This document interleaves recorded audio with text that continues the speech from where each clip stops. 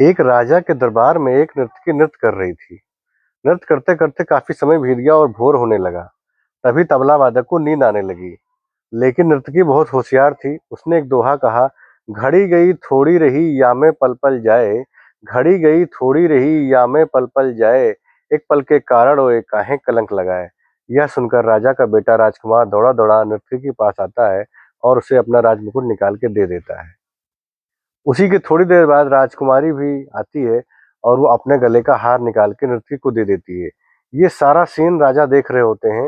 राजा को समझ में नहीं आता है कि इस नर्तकी ने ऐसा क्या कह दिया कि मेरा बेटा मेरी बेटी दोनों इस नर्तकी को इतना बड़ा-बड़ा महँगा उपहार दे रहे हैं। राजा अपने लड़के और लड़की दोनों को बुलाता है और राजकुमार से पूछता है कि बेटा तुमने इसको इतना बड़ा तोहफ़ा क्यों दे दिया? तो लड़के ने कहा कि पिताजी जब नर्तकी ने कहा घड़ी गई थोड़ी रही या में पल-पल जाए, कहने का मतलब ये है कि पिताजी आज रात मैं आपको अपने सैनिकों के साथ आपको मारना चाहता था क्योंकि आप राजगद्दी छोड़ नहीं रहे हैं। आपको राजगद्दी का मोह इतना लगा हुआ है कि मैं इतना बड़ा हो गया हूँ, फिर भी आप मुझे राजगद्दी नहीं दे रहे हैं और इसलिए मैं आपको आज रात में मारना चाहता था। लेकिन इस दोहे को सुनने के बाद मेरा विचार बदल गया क्योंकि पिताजी आपकी उम्र बहुत ज़्यादा हो गई है और आप बहुत ज़्यादा 2 साल 4 साल जियोगे, तो मैं आपको मार के अपने आप पे क्यों कलंक लूँ? राजा राजकुमारी से पूछते हैं, बेटी तुम बताओ तुमने उसको उपहार क्यों दिया? राजकुमारी ने कहा कि पिताजी मेरी उम्र लगभग 40 साल की हो गई है और आपको मेरे विवाह की अभी तक कोई चिंता नहीं है। आप मेरे विवाह के बारे में कुछ भी नहीं सोच रहे हैं और सिर्फ आप अपने बारे में, अपने मौज-मस्ती में, अपने विलासिता में, अपने भोग-विलास में डूबे हुए हैं। और आज रात में एक सिपाही के साथ भाग जाने वाली थी।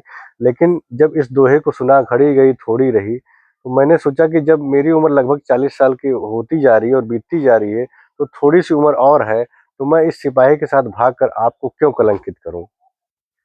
राजा की आँखें खुल जाती हैं। राजा तुरंत अपने बेटे राजकुमार को राजगद्दी सौंप देते हैं और अपनी बेटी को अगले दिन सुबह ढेर सारे राजकुमार को निमंत्रण देते हैं और उनकी बेटी अपने मनपसंद से एक राजकुमार से विवाह कर लेती है।